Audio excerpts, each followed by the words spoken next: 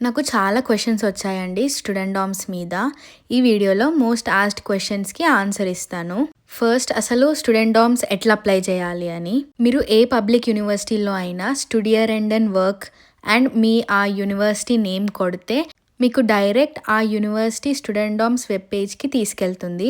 So అందులో నుంచి మీరు అప్లై చేసుకోవచ్చు. స్టూడెంట్ డామ్స్ బెటరా? లేదంటే బయట రూమ్స్ తీసుకొని రెంట్‌లో ఉండడం బెటరా?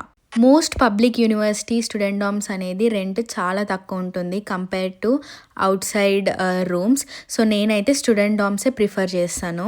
స్టూడెంట్ డామ్స్ రెంట్ ఎంత ఉంటాయి? ఇదైతే మీరు ఉండే లొకేషన్ అండ్ యూనివర్సిటీ బట్టి ఉంటుంది. మా స్టూడెంట్ డామ్ అయితే రెంట్ అరౌండ్ 350 to 380 ఉంటుంది depending on the room size and sharing capacity. Student DOMS ఎక్కడ ఉంటాయి? యూనివర్సిటీ దగ్గరలోనా, లేదంటే యూనివర్సిటీకి మళ్ళీ చాలా దూరంలో ఉంటాయా? జనరల్గా స్టూడెంట్ డామ్స్ అయితే యూనివర్సిటీకి చాలా దగ్గరలో ఉంటుంది. ఆల్మోస్ట్ ఆల్ డామ్స్ అనేవి యూనివర్సిటీకి వాకబుల్ డిస్టెన్స్లోనే ఉంటాయి. సో మీకు యూనివర్సిటీకి ఈజీ యాక్సెస్ ఉంటుంది. మీకు స్టిల్ ఇంకా ఏమైనా డౌట్స్ ఉంటే ప్లీజ్ కామెంట్ చేయండి. నేను తప్పకుండా రిప్లై ఇస్తాను. Follow and support for more. Bye.